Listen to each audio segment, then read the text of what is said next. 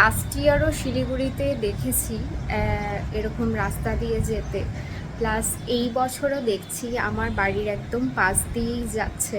তো তোমরা জানিও এটা কি কারণে এই টাইপের সাজে, নাকি কোনো রিচুয়ালস এরকম আছে বলে, আমার সত্যিই জানা নেই। তবে তোমরা যারা জানো তবে তারা কিন্তু অবশ্যই আমাকে একটু জানিও এই টাইপের এটা কি পুজোর জন্য করা হয়।